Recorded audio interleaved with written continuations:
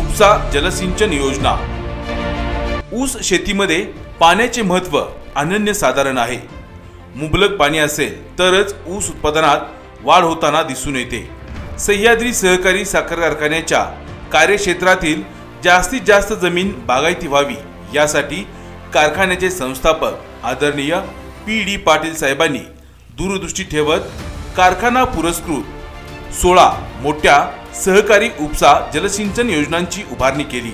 याचबरोबर हनबरवाडी, धनगरवाडी, गणेर, उरमोडी, धोम व तारळी या योजनांचा देखील समावेश होतो। या उपसा जलसिंचन योजनांमुळे जवळपास 14,401 एकर क्षेत्र सिंचनाखाली आले। याचा मोठा फायदा शेतकऱ्यांना झाला। हिरव्यागार झालेल्या क्षेत्रामुळे जास्तीत जास्त क्षेत्र बागायत होण्यास मदत झाली। पर्यायाने ऊस उत्पादनात मोठी वाढ झाली।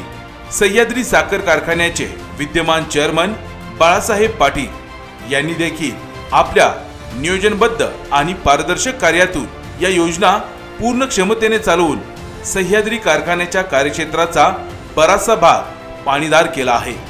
या सर्व योजना बँकेच्या कर्जापासून मुक्त झाल्या असून यशस्वीपणे कार्यरत आहेत।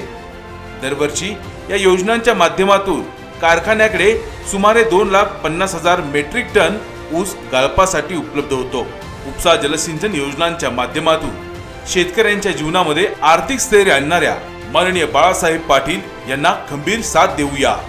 पी.डी. पाटील पॅनेलच्या सर्व उमेदवारांना कप बशी या चिन्हावर शिक्के मारून प्रचंड बहुमताने विजयी करूया।